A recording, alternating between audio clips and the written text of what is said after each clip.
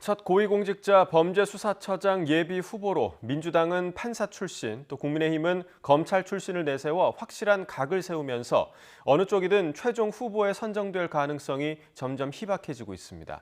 이렇게 되면서 대법원 법원행정처장과 법무부 장관이 추천한 인물에 관심이 더 쏠리고 있습니다. 이경국 기자입니다. 고위공직자 범죄수사처장 예비 후보 명단이 확정되면서 더불어민주당과 국민의힘 의도가 더욱 명확해졌습니다. 먼저 민주당 추천위원들이 내세운 예비 후보 2명은 모두 판사 출신 변호사들입니다.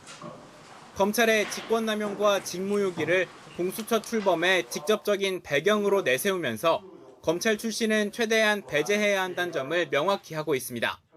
권력 남용에 대한 통렬한 자기 반성과 자기 개혁이 선행되어야 합니다. 이 시대 최고의 개혁 과제인 검찰 개혁을 완수하겠다는 말씀을 드립니다.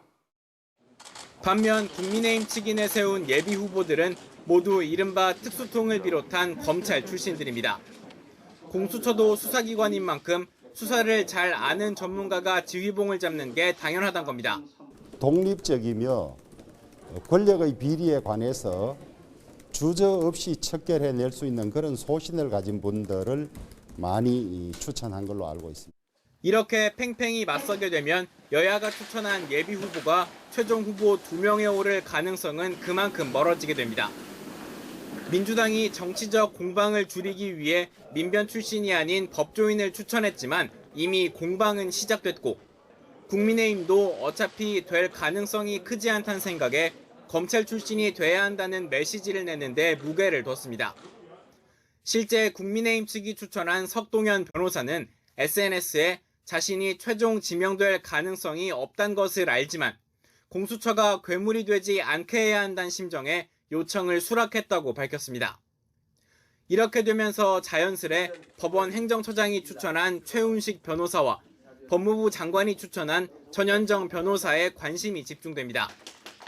검찰 출신인 최 변호사는 이명박 정부 시절 저축은행 비리 합수단장을 맡았고 유일한 여성 예비 후보이자 판사 출신인 전 변호사는 한센인 국가배상 인정 판결 등을 하며 인권 분야에 관심을 가져왔습니다.